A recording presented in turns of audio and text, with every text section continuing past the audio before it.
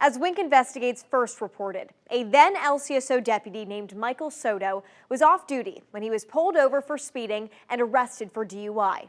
The deputy who pulled him over started driving him to jail, but they never made it. A higher-up took Soto home instead.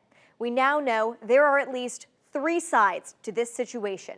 Sheriff Carmine Marcino told us last year Soto had a medical incident, and LCSO stands by the call made by the highest-ranked person on the scene. The arresting deputy, Christopher Link, he marked Soto did poor on a field sobriety test. In a recent deposition I uncovered, Link testified he stands by his call that Soto was under the influence of alcohol. Then there's the highest-ranked person on the scene, Commander James Baglioli, who signed this report saying Soto ill and not impaired. We thought that was Baglioli's story of the night until now. In this whistleblower letter that I exclusively obtained, Baglioli said he never wrote those words. Retired Captain James Baglioli appeared in court on Friday after being subpoenaed and already missing a court date. I didn't come to court because I was in New York, and when I retired, I went to New York. I went there because of there was some issues with another case that I actually put a letter into the Inspector General, DOJ, and also the FBI is involved in that. Attorney Michael Colombo's firm, Suarez, Rios, and Weinberg, subpoenaed him.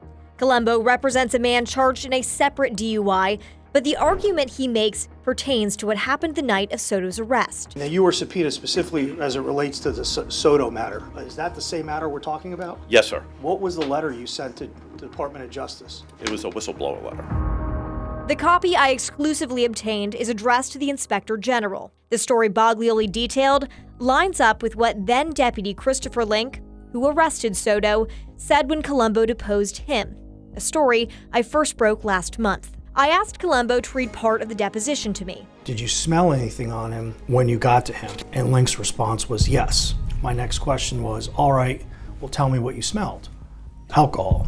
Was it emanating from his breath or on his person? Or Link's response was breath, person, he reeked of it. Records show Baglioli arrived after Link had started to drive Soto to jail for DUI. In the whistleblower letter, Baglioli wrote, quote, Sergeant Jelly was told to call Link back. Baglioli was told to reevaluate Soto's status, that quite possibly he may be sick. He informed higher-ups that Soto reeked of alcohol and was very belligerent towards deputies. They continued to reiterate that Soto is sick and needs a ride home. 2 days later, on August 22, 2023, Baglioli said he was contacted by Commander Mark Shelley to talk about the Soto incident at headquarters with Major Matt Sands. Baglioli goes on to explain, quote, Sands pressured me to comply with her instructions, citing concerns about media attention and the sheriff's reputation. Told it would be in my best interest. Following that, Baglioli said he was called to meet with Sands and Under Sheriff John Holloway. That brings us to this letter, signed by Baglioli. Remember, Soto, ill, not impaired? The letter to the Inspector General states, Under Sheriff Holloway wrote the narrative using my computer, at which time Chief Sands proofread and handed it to me for signature.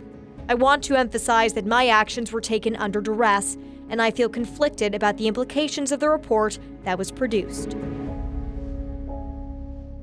This letter is dated October 27, 2024, 11 days after Baglioli retired. The Lee County Sheriff's Office declined to comment. Soto and Link are no longer with LCSO. I reached out to everyone named in this story. I only heard back from Link, who simply told me he stands by his observation of Soto and actions to arrest and take him to jail. Back to you.